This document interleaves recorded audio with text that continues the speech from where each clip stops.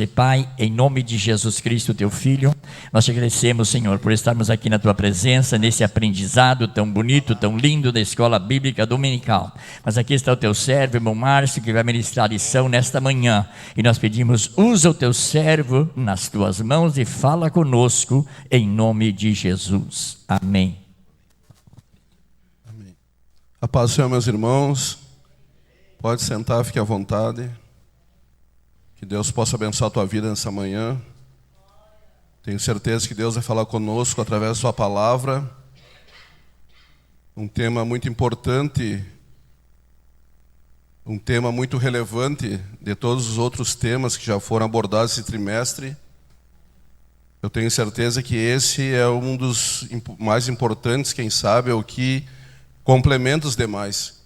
Porque os demais eles vieram um complementando o outro, até que chega ao final do trimestre nós tenhamos todo o estudo completo.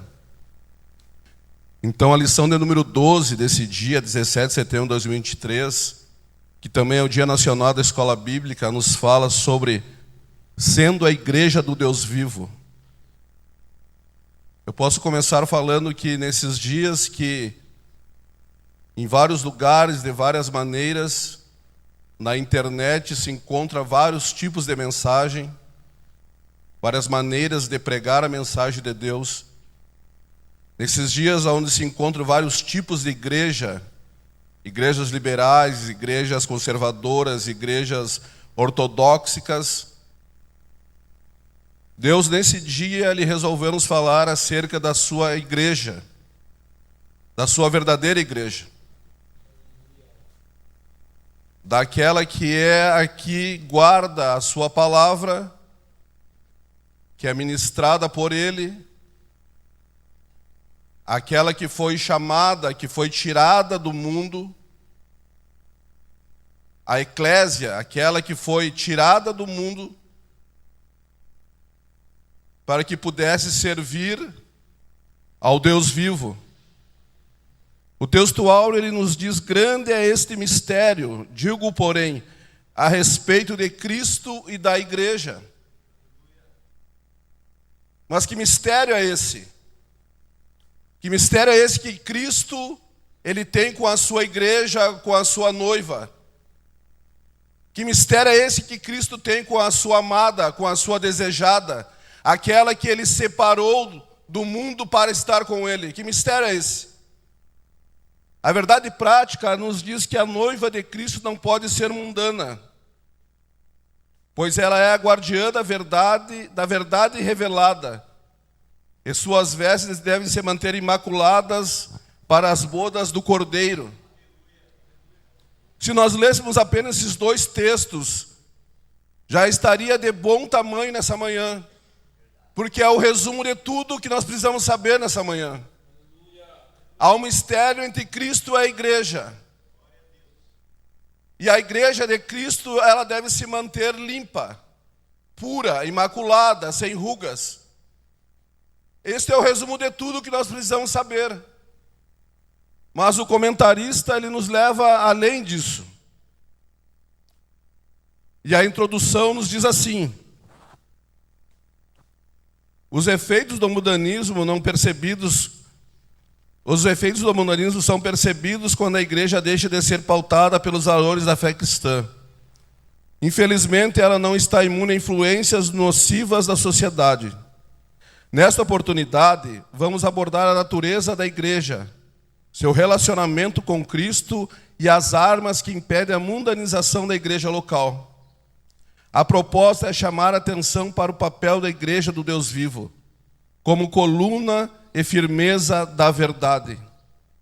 O tópico 1 nos fala assim: a natureza da igreja do Deus vivo, a casa do Deus vivo.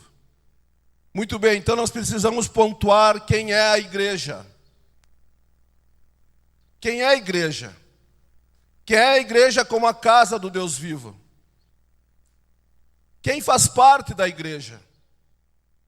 A igreja, ela é formada por pessoas que aceitaram a obra salvífica de Jesus Cristo. A igreja é formada por pessoas salvas em Cristo Jesus. A igreja, ela é formada por uma comunidade de pessoas que aceitaram a mensagem da cruz. A igreja, ela é formada por pessoas que fazem parte da chamada de Cristo nas suas vidas. Ou seja, a igreja, ela não é o templo. A igreja, ela não é o local. A igreja, ela não é o endereço de reunião. A igreja, ela não é um nome. Não, a igreja, ela é formada por salvos. E se você está aqui nessa manhã, você aceitou a Cristo, Cristo entrou na sua vida, o Espírito Santo começou a fazer a obra, você pode ter certeza que você é a igreja. E que você faz parte da igreja. Você é a igreja na individualidade do seu lar. Mas também você é a igreja na pluralidade, no total, na totalidade, na integralidade. Quando todos estão reunidos, você também é a igreja. E é por isso que você está aqui nessa manhã.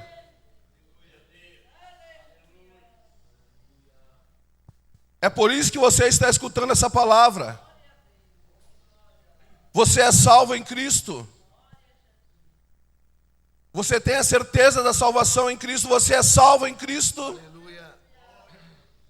Você é a igreja.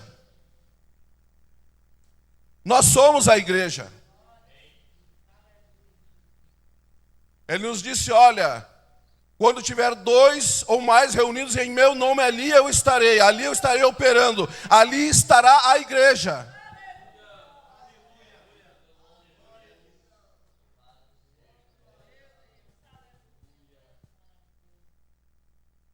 Mas que mistério é esse que a igreja carrega? A igreja de Cristo, ela existe há mais de 2000 anos, quando Jesus, ele é crucificado. O Espírito Santo desce no cenáculo no dia de Pentecostes. Os irmãos estão ali, são cheios, a igreja começa a se expandir, ela começa a caminhar.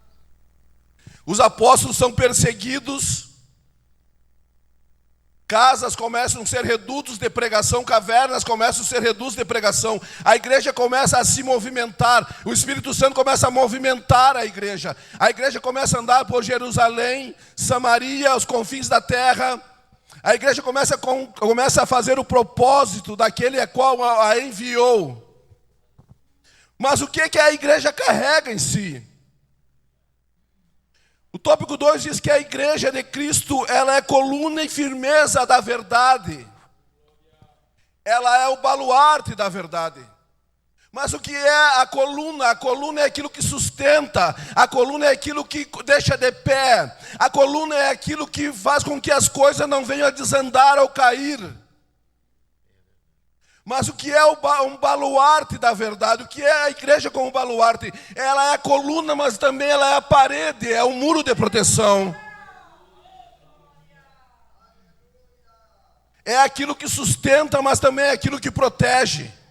É aquilo que dá segurança, mas é aquilo que protege. É aquilo que mantém protegido de tudo aquilo que tenta entrar. A igreja precisa de luz colorida no culto de jovens? Não precisa. A igreja precisa de teatro para chamar a atenção das pessoas? Não, a igreja não precisa. A igreja precisa fazer coisas diferentes para chamar a atenção de um determinado público? Não. Ela não precisa. O que a igreja precisa é se manter no seu relacionamento com Cristo.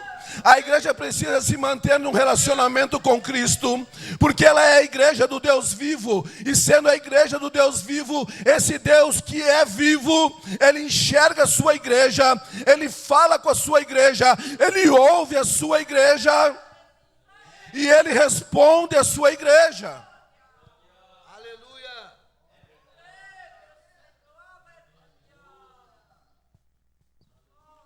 Enquanto muitos servem a deuses mortos, ídolos mortos, estátuas, enquanto muitos se curvam diante de congais, estátuas que não respondem nada, e que diz a Bíblia que eles devem ser carregados de um lado para o outro caso eles queiram andar. Deuses surdos e mudos que não respondem. A igreja serve a um Deus vivo. A igreja serve a um Deus de propósito. A igreja serve a um Deus que tem compromisso com a sua família. A igreja serve um Deus que responde.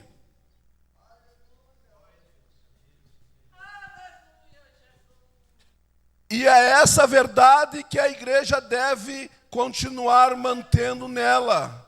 E é essa verdade que faz com que a igreja se mantenha firme. Mas que verdade é essa? Que verdade é essa que foi revelada somente aos santos? Que verdade é essa que foi revelada somente à igreja? Que verdade é essa? A verdade é que nenhum outro pode receber ou entende o mistério de Deus na vida da igreja. Por quê? Porque eles não entendem. Eles só vão entender depois que forem salvos e que aceitarem a palavra. Mas que palavra é essa? A palavra é que um Deus soberano sobre tudo e sobre todos, um Deus que era o Rei da glória, o Senhor de todas as coisas, Ele resolveu se esvaziar.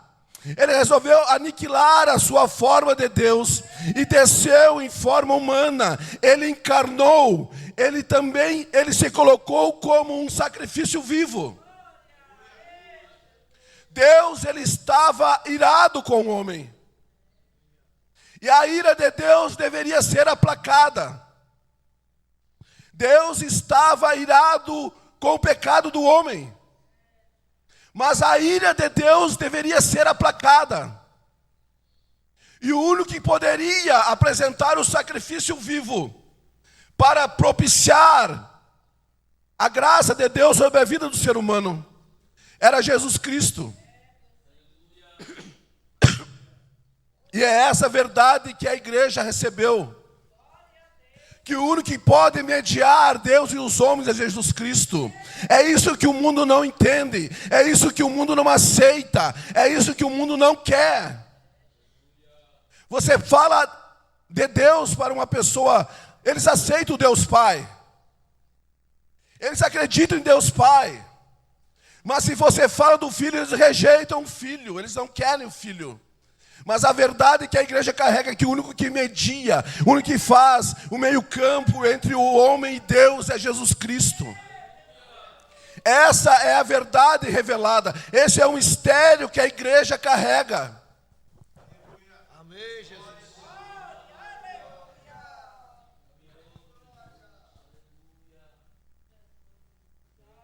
É essa verdade que sustenta a igreja até hoje, há mais de 2000 anos. É essa verdade que sustenta a congregação dos santos. É essa verdade que sustenta a noiva do Cordeiro. É essa verdade que sustenta a noiva de Cristo. É essa verdade que sustenta a senhora eleita que Pedro falou. A senhora que foi chamada. É essa verdade que faz com que nós possamos até tentar sair do meio dos santos, não participar de alguma coisa, mas a verdade é que depois que nós nos relacionamos com Cristo, depois que nós nos envolvemos com Cristo, não há mais nada que nós possamos fazer. Aleluia. Uma vez que nós sentimos a graça de Deus sobre a nossa vida, nós possamos tentar fugir, como diz o Salmo, nos esconder no mais profundo abismo, subir nos mais altos céus, nos esconder nas profundezas. Mas o Espírito vai lá e nos encontra. E é por manter essa verdade que muitas pessoas perderam seus familiares. É por manter essa verdade em si que muitas pessoas perderam seus filhos. É por manter essa verdade em si que muitas pessoas perderam as suas casas.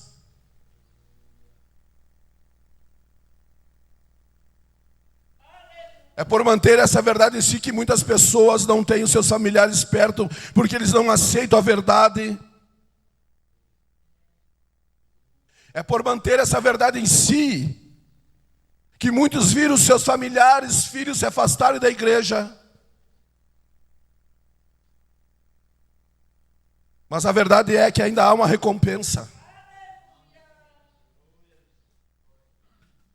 Tópico 1, item 3, o mistério da piedade. A verdade do Evangelho é personificada em Cristo, é o que nós estávamos falando. Nessa concepção, o apóstolo Paulo diz: grande é o mistério da piedade. Devemos aqui ter atenção para a palavra mistério e piedade. A primeira sinaliza que a verdade do Evangelho foi revelada aos santos. Isso é uma verdade.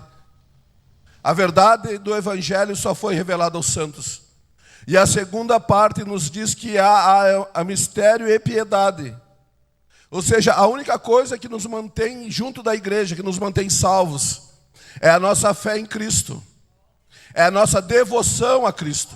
A única coisa que nos mantém firmes na igreja, ou que nos mantém firmes como igreja, é a nossa fé naquilo que nós cremos, naquilo que nós entendemos, naquilo que nós recebemos e naquilo que nós guardamos em nós. As pessoas podem falar o que quiser, mas elas não podem medir a tua fé. Não existe um medidor de fé. Não existe alguém falar, hoje a fé do fulano está grande ou ela está pequena. Não tem isso, não existe como medir. Ninguém pode medir a sua fé, se a sua fé é pequena ou é grande. Se você alcançou um milagre, a sua fé é grande. Se você não alcançou, a sua fé é pequena. Se você foi curado, a sua fé é grande. Mas se você não foi curado, a sua fé é pequena. Não. A sua fé é a sua fé. Mas a sua fé naquilo que você entendeu, naquilo que você acreditou, é o que te mantém de pé até hoje. O que você já passou de problemas na sua vida? O que você já passou de problemas familiares? O que você já passou de problemas do trabalho? O que você já passou de problemas, dificuldades na sua vida e você ainda está fazendo parte da igreja? É porque a sua fé, através daquilo que você creu e acreditou, entrou e desceu no seu coração. E é isso que você precisa entender hoje. É isso que as pessoas precisam aprender e entender, que é necessário que a palavra desça no seu coração. Não há entretenimento na igreja. Não há alegria passageira na igreja. Não há o que mostrar na igreja diferente de alguma coisa que eles possam se alegrar. A pessoa pode vir e se alegrar, mas se a palavra não descer ao seu coração, se a palavra não fizer morada no seu coração, ela vai continuar do mesmo jeito. Você pode convidar, você pode chamar, você pode exortar, você pode dizer, mas se o Espírito Santo não fazer com que aquela palavra desça ao coração, não vai ter sentido nada, vai soar como um sino que não tem som, que não retina. Glória a Deus.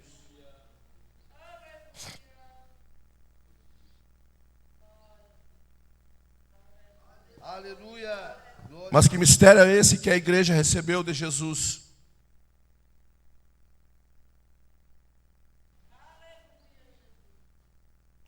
O resumo de tudo está aqui. Cristo, que se manifestou em carne, foi justificado em espírito. Visto dos anjos, pregado aos gentios. Crido no mundo e recebido acima na glória.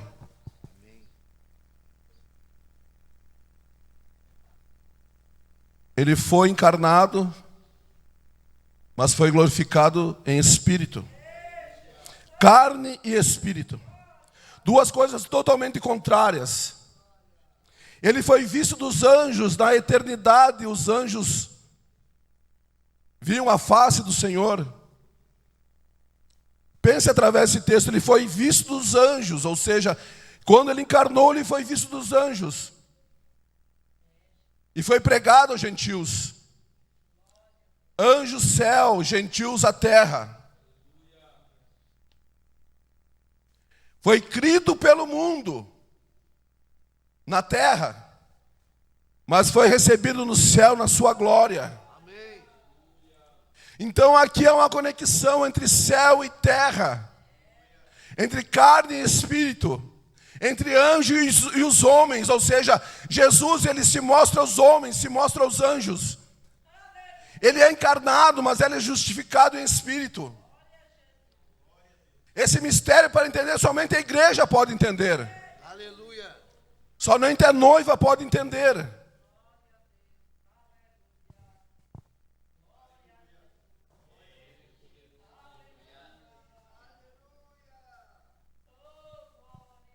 O tópico 2, item 1, nos diz assim: Cristo e o relacionamento com a igreja, santificação e pureza.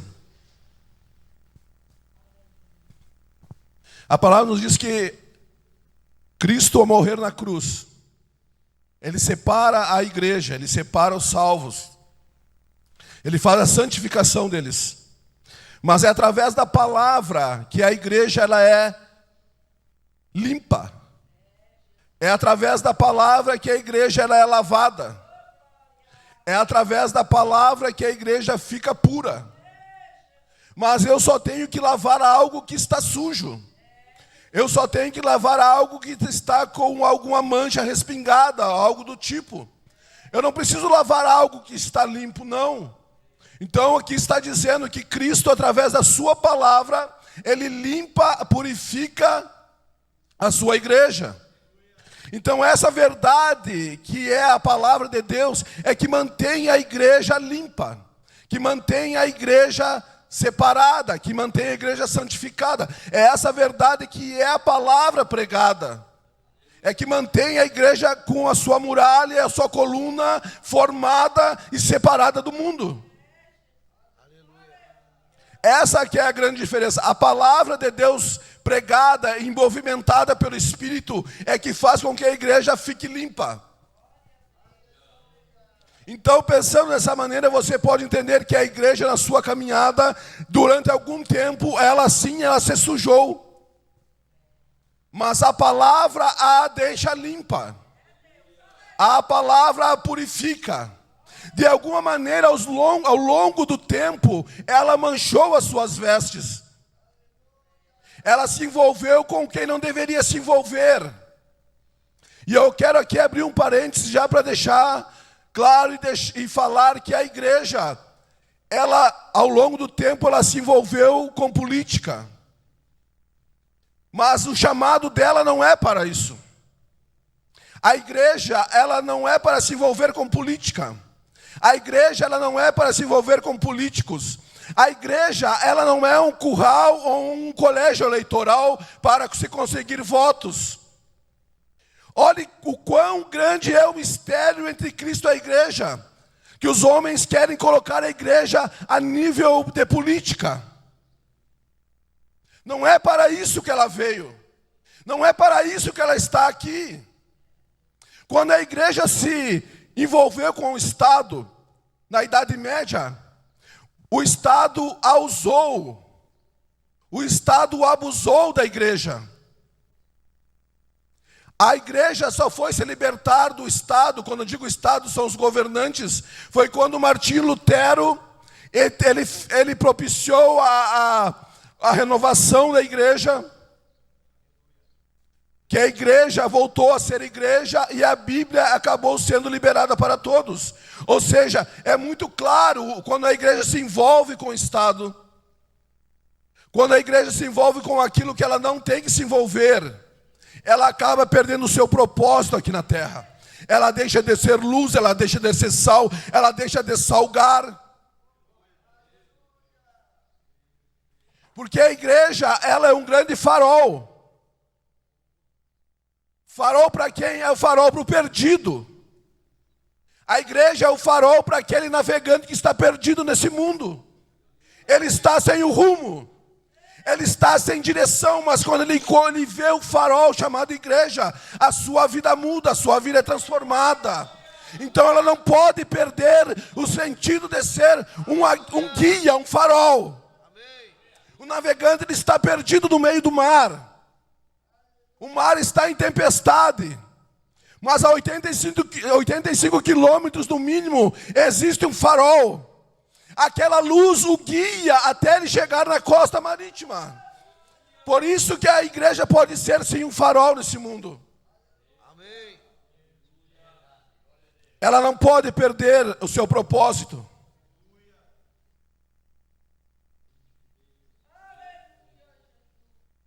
Item 2, tópico 2, item 2.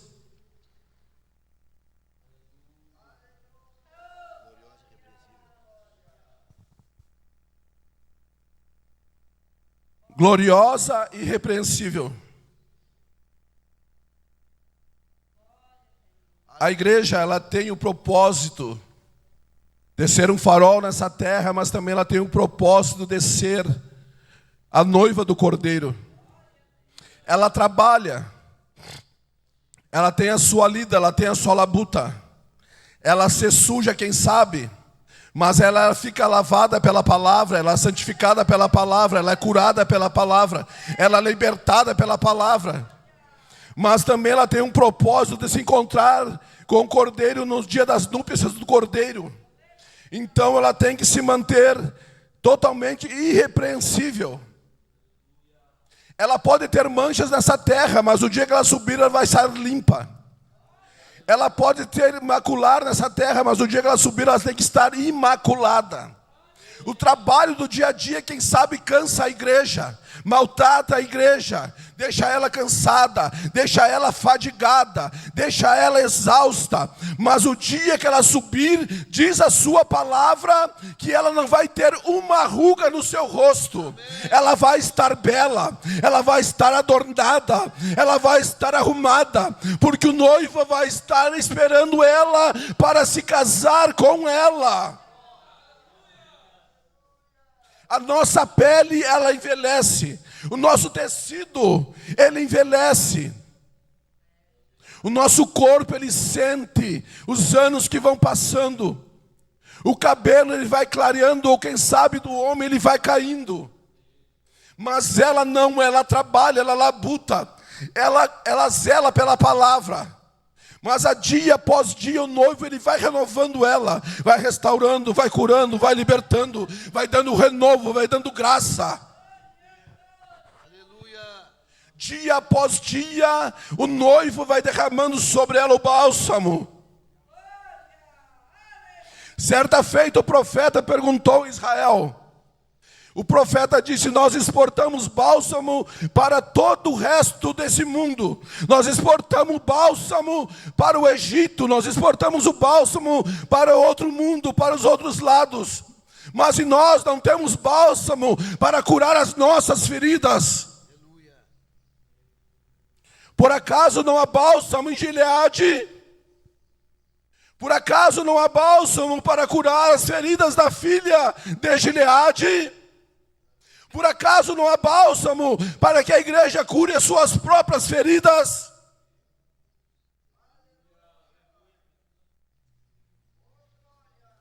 Recebe o bálsamo dele nessa manhã. Recebe a graça dele nessa manhã. Receba a misericórdia dele nessa manhã.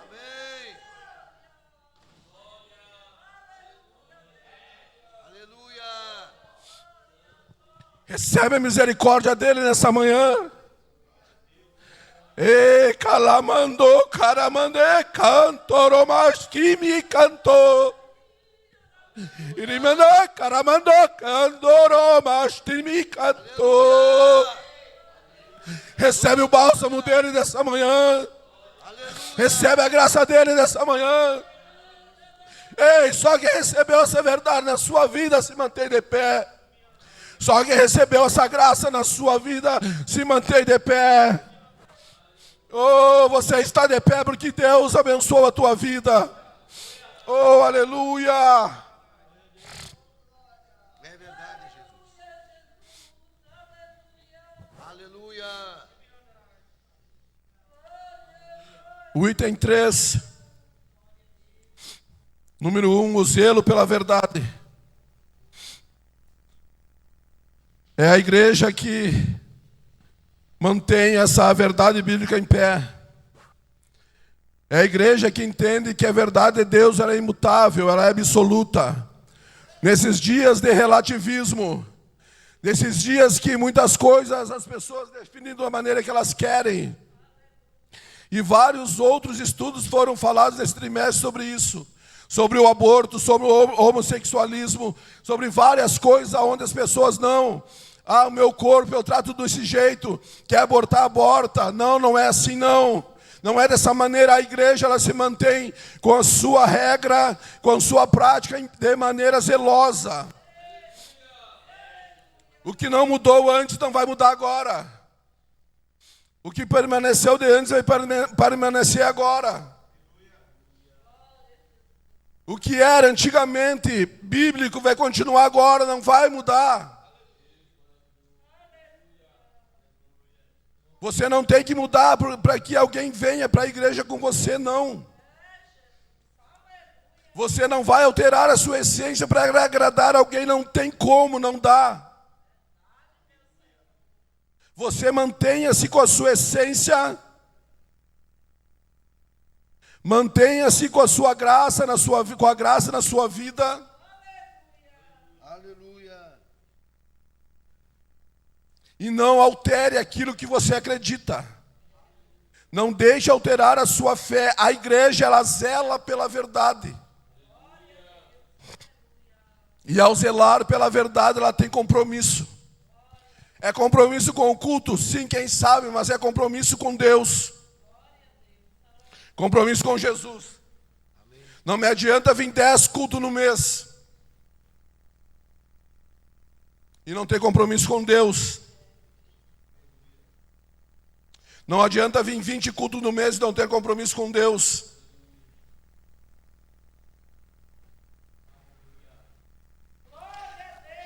É compromisso. Amém. Aleluia. Aqui nos dá exemplo de pessoas, as parábolas, os talentos, o mordomo fiel. Pessoas que têm exemplo de compromisso.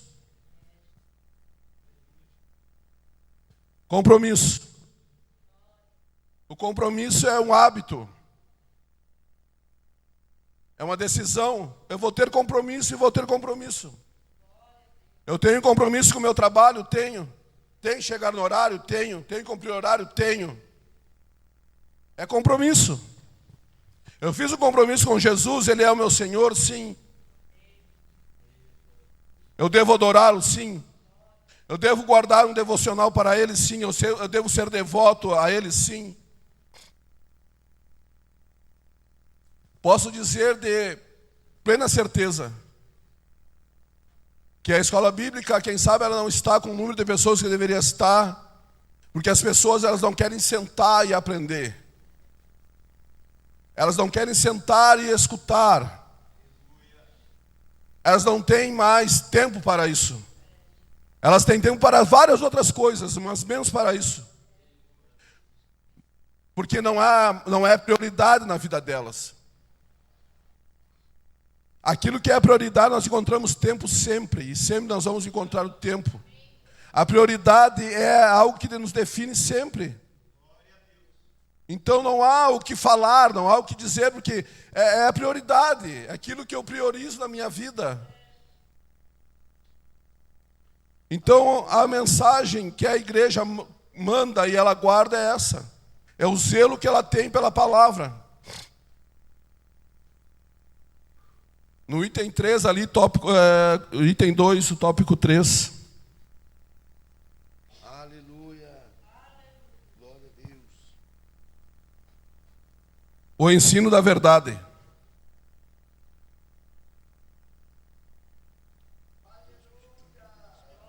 O autor aqui nos deixa claro que Deus constituiu líderes para o aperfeiçoamento e edificação da igreja. Ou seja, pessoas foram chamadas, pessoas foram instruídas, pessoas tiveram condições de aprender, pessoas tiveram condições e tempo de ter uma revelação de Deus através das Escrituras, para que isso fosse passado para a igreja, como ensinamento, como algo de instrução, algo que possa ser transmitido de maneira clara, correta, quem sabe sem erros. Porque uma coisa é eu ler a Bíblia, e aquilo que eu li na Bíblia, o que ela falou está falado, mas se eu colocar algo mais em cima, eu estou alterando aquilo que a Bíblia está dizendo. Então existem as pessoas certas, sim, para instruir, para ensinar, para trazer uma explicação mais clara. Porque dentro do nosso raciocínio humano, do nosso intelecto, nós somos limitados, somos incapacitados. Mas a verdade é que Deus, quando Ele chama, Ele instrui, Ele ensina, Ele capacita. E eu sei muito bem que muitos de nós que estamos aqui, muitas pessoas se acham incapazes de ocupar determinado serviço, se acham incapazes de ocupar determinada situação dentro da igreja. Mas a verdade é uma coisa muito clara, que Deus, quando Ele chama, Ele instrui, Ele ensina, Ele mostra a essa pessoa a igreja, não de maneira com que essa pessoa venha se gloriar, porque certo dia, ao escutar o ensino, eu aprendi algo muito claro, que toda vez que o homem ele recebe a glória e retém a glória de Deus, ele não há suporte nele para reter essa glória. E ao não ter o suporte necessário para reter a glória que é de Deus, que é de Jesus, ele acaba caindo. É por isso que nós vimos muitas vezes pessoas que elas têm uma ascensão rápida e também têm uma queda muito rápida. Porque o seu coração ele começa a se encher. Ele prega, ela canta, ensina. E o coração começa a se encher, mas essa glória não é dele, não é para ele. E ele não sabe como tratar essa glória. E ao reter essa glória, ele acaba desistindo. Esta é a igreja do Deus vivo. Ela recebe a verdade, ela recebe a revelação, ela aceita, ela ensina, ela deixa que Jesus levante líderes para ministrar sobre ela. Ela aceita que homens comuns possam ser instruídos, possam ser chamados para apóstolos, doutores, profetas, pastores. E uma coisa é certa, depois de chamado e aceitar o chamado, é muito difícil largar o chamado.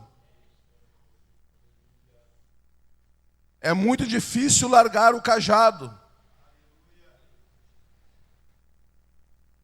E não é porque o pastor Agemiro está aqui nessa manhã, não, eu vou dizer algo para ele.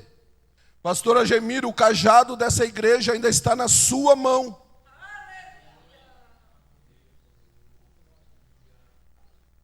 O cajado dessa igreja está na sua mão. Pode alguém pensar que daqui 3, 4 anos alguém pode tomar um lugar, alguém pode substituir a altura, porque o mistério de Deus com o pastor é mistério de Deus com o pastor. O mistério de Deus com o crente é mistério de Deus com o crente. O cajado está na mão do pastor Agemiro, porque deve estar e vai ficar o tempo que Jesus decidir e definir. Mesmo que ele queira passar o cajado, que ele acha que é o tempo de parar. Não, o cajado está na mão dele. É ele que comanda, é ele que ministra, é ele que decide. Quem sabe na boa vontade dele, ele dá oportunidade para alguns ir aprendendo. Mas não, o cajado está na mão dele. O cajado foi dado para ele. Quem sabe alguém está pensando, o ano que vem eu assumo a Assembleia de Deus Uruguaiana. Quem sabe o ano que vem, ou daqui um tempo eu vou tomar conta. Não. Calma. Puxa teu freio de mão.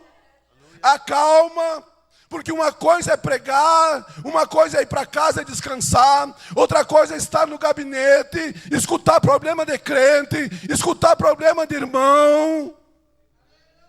Calma, vai devagar, ainda tem um cajado, tem idade, mas tem cajado. Já andou algum tempo com Cristo, mas o cajado ainda está ali. Quem sabe não prega como os muitos pregam, quem sabe não fala como muitos falam, mas uma coisa é certa, quando Deus entrega o cajado está entregue. E o cajado só é devolvido quando Jesus diz, me devolve o cajado agora e vai descansar.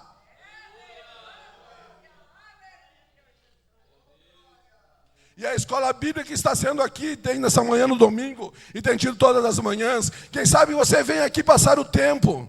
Quem sabe você vem aqui, vou escutar uma palavra, não ir de noite no culto. Eu estou dizendo uma coisa, você está perdendo seu tempo. Está perdendo seu tempo de ir tomar o seu chimarrão, ir lá na praça, olhar o movimento. Melhor que não venha. Melhor que fique em casa, descanse. É o domingo de manhã, descanse.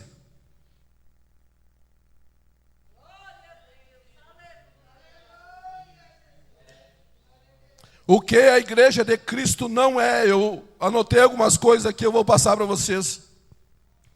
Ela não é lugar de passar o tempo ou lugar de desocupados.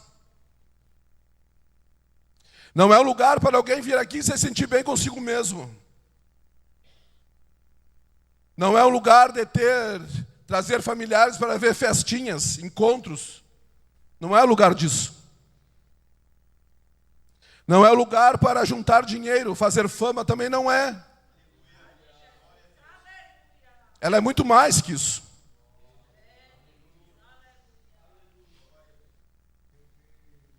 Mas também ela não é lugar de separar pessoas, fazer acepção de pessoas.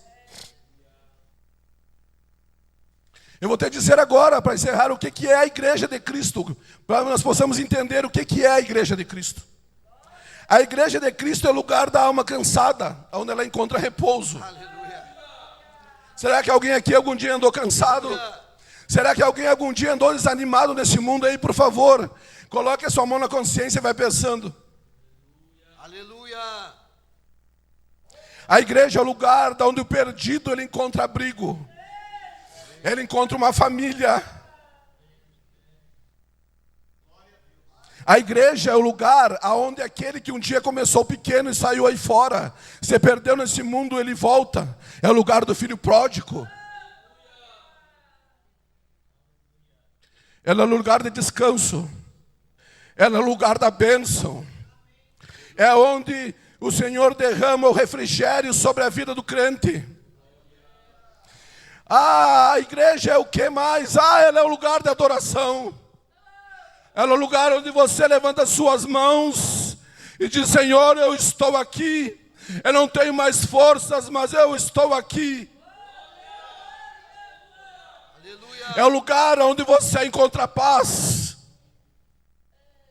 E quando entraram por essa porta um dia, não tinham paz no seu coração, não tinham paz na sua vida, não tinham paz na sua família. Mas ao se encontrar com ela, encontraram paz. Receba a paz de Deus na sua vida nessa manhã. Receba a graça de Deus na sua vida nessa manhã. Glória a Deus. Vem. Receba a misericórdia de Deus na sua vida essa manhã. Se você não está sentindo essa palavra, eu quero te dizer uma coisa: você está fora da comunhão. Aleluia.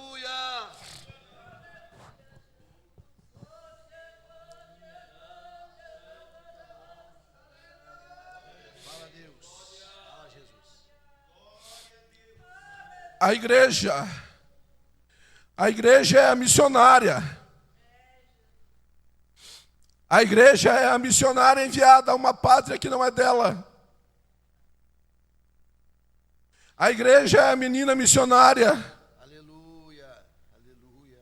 A igreja é aquela que foi enviada a um mundo pagão, um mundo perdido.